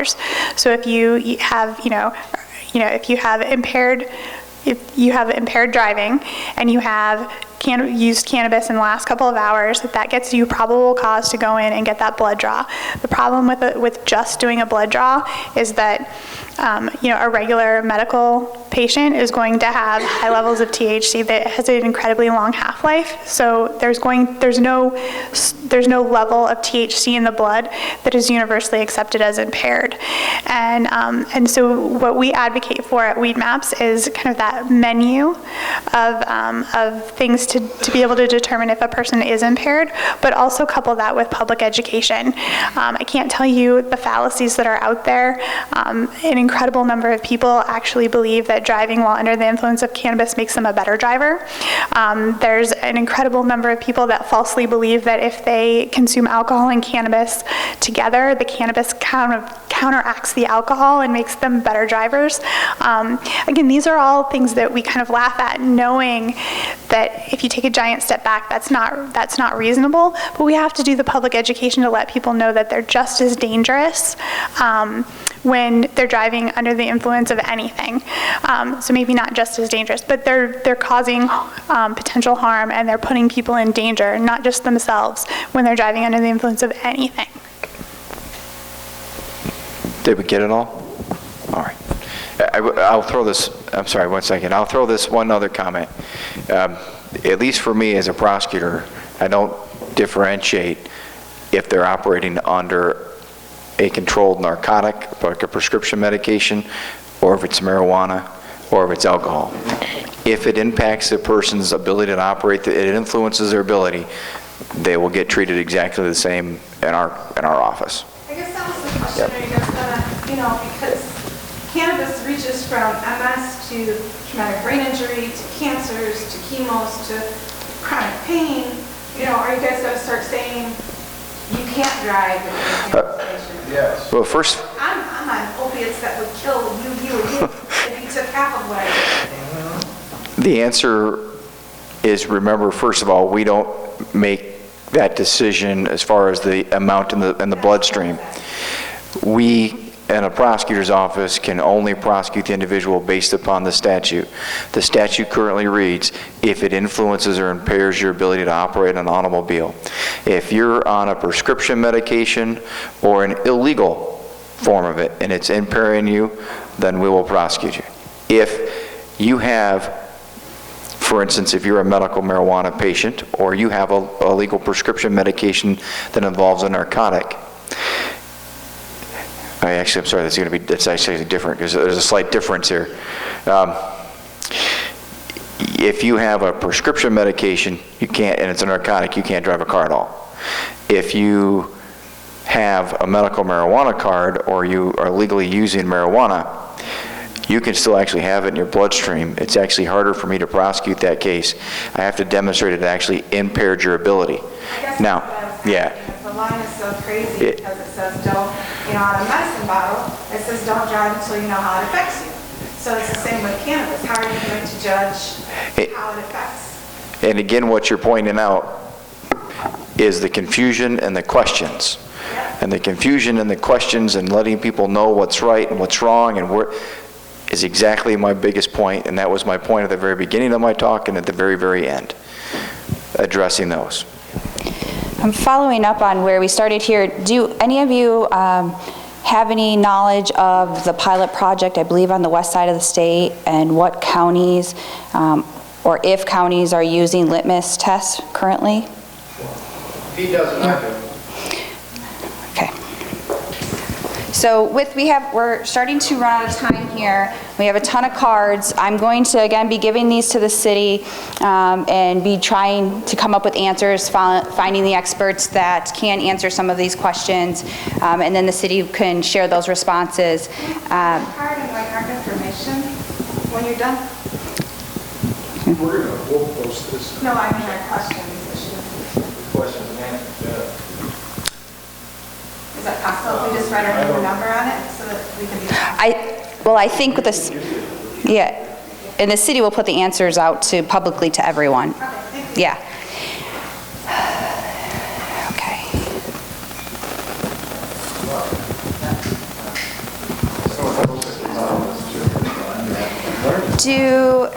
How many medical marijuana patients are referred to CPS once the county is aware a child's parents are card holders? So a registered medical marijuana card holder. Do you know how many or if they are referred to CPS? There's no, at least from the task force perspective, and that's what I can speak to, and some knowledge of the uniform officers for MSP, is that there's no automated notification process simply because somebody is a card holder to CPS or DHS or any of those entities. When there is some sort of an investigation that goes on that produces or subjects a child to perceived endangerment to their physical well-being or their emotional well-being, and again, that's subjective, then a report would be completed by the involved officer. And yes, there is a likelihood at that point, if some circumstance was ongoing that appeared to be criminal, that CPS, DHS would be contacted. But simply because there's knowledge by law enforcement personnel that someone has a card or has some affiliation with medical marijuana, there's not this backdrop of phone calls going on to CPS. Okay, thank you. Just a clarification. Oh, go ahead.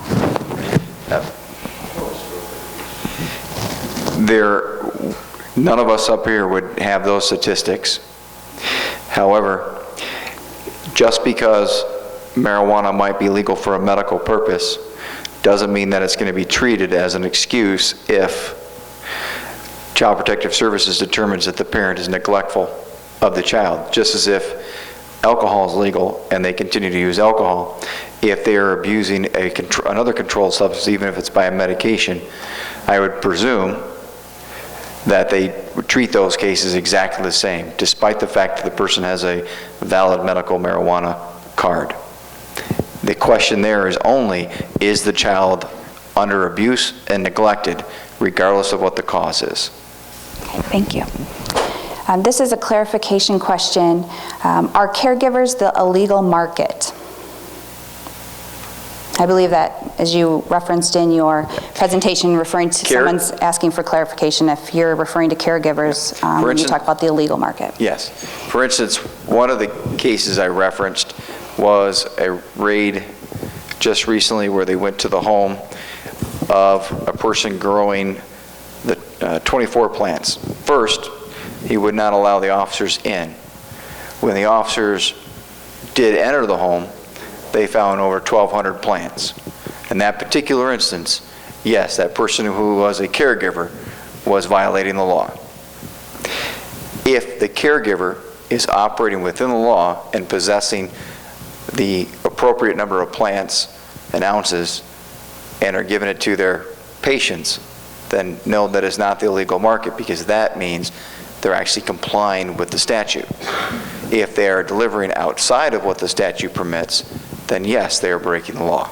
Now, right now, under the MMFLA, we're always told that we as caregivers are the supply of temporary license dispensaries. That's what everybody tells us. Us caregivers are supposed to be the ones that are growing, producing the marijuana, and transferring it to supply to the dispensaries until this BMMR bummer seed to sale comes, which I don't even think is incumbent before that. So that may be an interpretation, and some are acting, but there is no, within the law, there is nothing that dispensaries are not recognized as a legal entity under medical marijuana in the state of Michigan. Within the MMA, so they're allowing some temporary operation. That is not for all dispensaries that were previously open. There are ones that, because of patients coming to the state and talking about needing to get their medication, they have allowed for temporary operation as those retailers are going through the process to obtain a provisioning center license. Well, in essence, when we arrested for, as a caregiver, if they open up a shop in Wexford County, if I come up here from Flint and sell distillates, medibles, lotions, rubs and oils, just like the law tells me to, just like Don Bailey and MMFLA tells me to, is that a crime in Wexford County, yes or no? There are no temporary licenses. if somebody is being advised that they have a temporary license, that is not correct. Excuse me, sir. The Laura has not authorized or given out any temporary licenses. They are not permitted to give out temporary licenses. They might have an administrative rule, but that administrative rule does not trump the statute. The statute has not permitted any licenses yet. It didn't create it. Now, some municipalities might elect within themselves not to enforce the law. That is up to those particular individuals. In this particular county, we would enforce the statute. Can I ask for just a clarification on that? If you have somebody that's been prosecuted in Wexford County during this time where there's just so much confusion and they're in jail, is there a possibility of them asking for an appeal when all this comes out and they're found out to be doing okay in the first place? Yep, and before I answer that, so I do see your hand there, so I won't forget you. The answer to the question is forgive me the way I approach it. I get asked a question like this a lot. For instance, the question is, hey, can I file a lawsuit on? Can I file an appeal? Yes, you can file an appeal. The answer to that is always yes. Will it be granted? That depends upon if there's any application of the law changing ex post facto, which so far there is not. So the answer to that question would be no. Unless, but again, when a law comes into effect, it can be it can be either applied ex post facto, in other words, retroactively, which it's probably not going to do, and it's not written that way now, which means the answer is no. Now, could they try to have their case appealed for other purposes? Yes. Could they ask for some kind of pardon or clemency? Yes. But it doesn't change it. And that's why, now one of the ways some municipalities and law enforcement will address that is by giving the individual warnings or a cease and desist letter. A cease and desist letter is normally given to say, listen, there might be some confusion here. Stop doing this. And then, that's what Ingham County did. They went back and they released 12. Bingo. Considering no malice, they didn't intend to break the law. They were just, it was confusion and so many changes with Laura, and so that's what I was wondering. In this county, would there be the ability to go back and people that have been arrested under total confusion? Because honestly, you can ask 3 police officers in this room, and nobody's going to give you the same answer on a cannabis question, because there's just that much confusion. There's lack of education. Lack of compassion. You probably don't know concentrates are any more than me because I don't use them. You know what I mean? So there's no education to see what is exactly hurting people, what exactly is the process, why are people using fentanyl. But there's nothing that controls all this. And that's what I'm asking. If somebody under confusion, if it was revisited, would they get a chance to revisit it? And I said yes. And I'm sorry, the answer is they can always appeal, but in application of the law, I don't see that the Court of Appeals, the Supreme Court, would be able to reverse the decision that found the person guilty. And again, every time you and I speak, we're highlighting the primary issue of too much confusion, and that's why the thrust of my comments were the way the Act is written, cart before the horse, rolling down the hill. So, now, sir, you had your hand up? Yes, sir. That everybody wants to disregard. Question for you. You stated if you make any money, even $1 above the cost, you're committing a crime, correct? Well, the answer is when you use the word make, I'm going to change that word to the word profit. Yes. You can recoup your expenses, such as the grow materials, things like that, dirt, pots, plants, things like that. But the answer is if you start to make a profit, according to People versus Redden, which is a 2010 Wait, was it a Court of Appeal? I'm sorry, I think it was a Supreme Court case. It said that you cannot make any money beyond recouping your costs, and that has not yet changed. So the dispensaries, provisionary centers, whatever you call them, for one downstate, all over the state of Michigan are applying for licensing. In the licensing, that if you, for the provisionary centers, states even if you have a zoning violation or anything like that with the zoning, that you basically can't operate a provisionary center. So if they're operating now before the cart before the horse type of deal, would that mean that all these people in Michigan that applied for that went to the dispensary would be compliant? Well, part of my concerns have been are with Laura itself, because I think it's trying to be sensitive to the confusions. And they are still, again, they haven't issued any licenses yet. And even if they deny one, the people can still reapply because they can address whatever the deficiencies are. So I don't know if we've gotten to the level where we could say people have been shot down entirely yet, except for the few instances where they probably have felony convictions and misdemeanor convictions of the same type or certain type within so long. I could tell you, I don't watch them all, but you can find some of their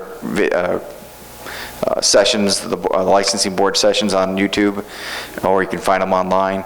And I've seen some of the decisions where they're allowing the person to still continue to apply for a license, even though they've been profiting from what I've called illegal dispensaries for a while. So. And I think when applying for the license, the board and the department is taking into consideration if that municipality had passed a resolution or some kind of authorizing ordinances allowing a dispensary, because there was that legal gray area previously on where it was silent. The MMA is silent, and so I think that is also taken in consideration. But again, no one is here from the state to answer those questions specifically, and maybe we can have at the next. And with that, we are right at our time limit, and I do want to be timely. This is just the beginning of the conversation. This is the first public forum to discuss this, and so there will be next steps. The city is going to be surveying residents, most likely through your utility billings, and they're asking for your input. What do you think? What do you think the city should or shouldn't do? What are your concerns? Where do you see the best path forward? So again, this is just the beginning of that conversation. We do anticipate there will be another public forum. Many of the questions that we didn't get to, some of them I summarized because they were light questions, and but all of these will be, again, shared with the city, answered, and then put back out for the public to be able to access the answers. And with that, I would like to thank you for coming, and again, I'd like to thank the city for taking this important first step in having a community conversation about this, and not just proceeding without engaging the citizens on what they would like to see. Thank you.